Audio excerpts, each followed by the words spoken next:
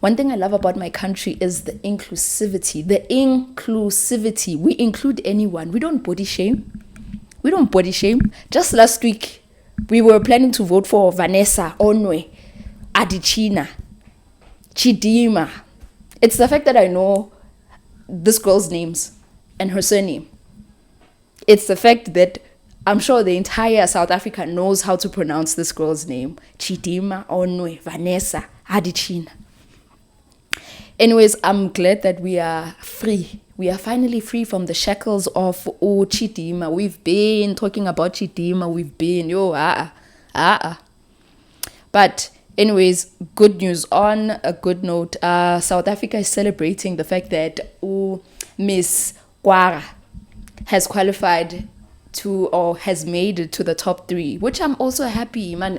We are being inclusive. We are being progressive. We are in with the times. So South Africans are happy that she made it to the top 3. They abruptly, as we all do, decided to change their minds from voting for Vanessa because they wanted to lie Nigeria to now. They felt like Vanessa really doesn't motivate the youth.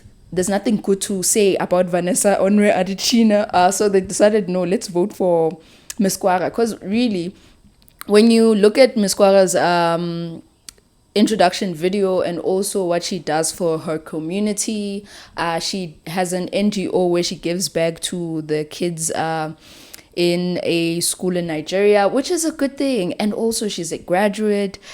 She doesn't have kids. She's not a divorcee, which is literally everything Vanessa Onwe Chidimma Adetshina has. And also she didn't steal anyone's identity. I'm sorry for the shade, but a lot of people are happy about their votes. They feel like, who's this? Ms. Kwara really does deserve this because she has a good reputation. And I'm also happy about it. And I'm sure a lot of people also are going to change their minds. Man, let's clap hands for South Africa.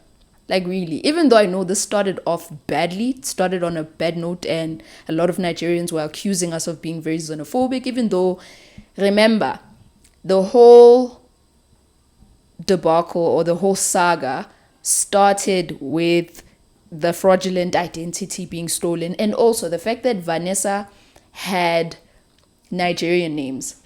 Literally, only Nigerian names, didn't have anything that said I am South African. Despite, the only thing that gave off that Vanessa was South African was the accent. If I didn't hear her talk and I was reading her name and it said Chidimma Onwe Vanessa Adetshina, I literally would not associate that name to South Africa.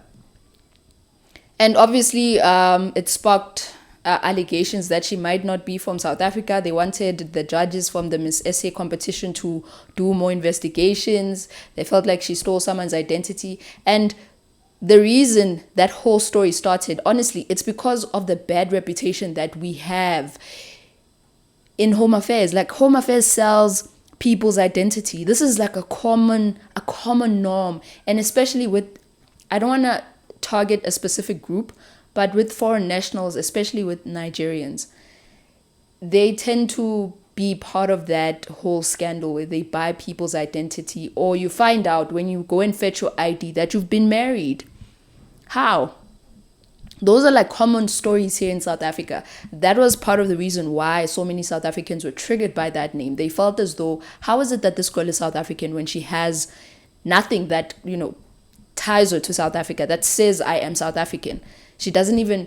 And then they started questioning the mother, the father. They started wanting to, dig deeper and find out where exactly is she from. And then rumors started spreading that her mother is actually Mozambican and the father is Nigerian.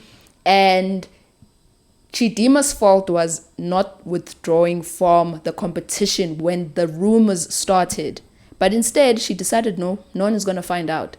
And sadly, we found out. And the Home Affairs Minister decided to release a statement claiming that Chidimma's mother had stolen someone's identity, and apparently or allegedly the woman whose identity was stolen has been struggling to register her own baby.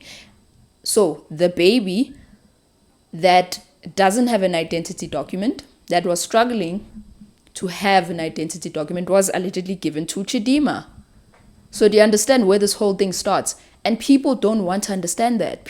And I've seen like a lot of comments from Nigerians specifically who are defending her, who feel as though she did nothing wrong. Yes, she didn't do anything wrong, but her being implicated to it, her being implicated and her being, she's not being mindful, she's not being demure, but she's not being mindful of the fact that someone's life was disrupted by this, someone's life was affected by this. And we all know that once you have issues with your ID, you don't have an identity document, you struggle here in South Africa, even getting a job, going to school, getting your matric results. Like, it's a struggle, it's a nightmare. And what we've seen over the past couple of weeks or month, we've seen a lot of South Africans that are struggling to register their IDs or struggling to get an ID in general.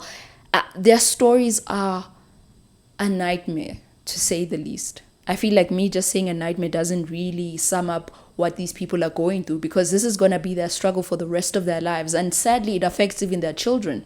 But yeah, please let us know what you think on the comment section regarding this not Chidimma, man. Let us know what you think on the comment section regarding Miss Kwara and her coming in the top 3 of Miss Universe Nigeria. And please do not forget to like, comment, share, subscribe, and also do like my videos. It really does help the channel. Thank you.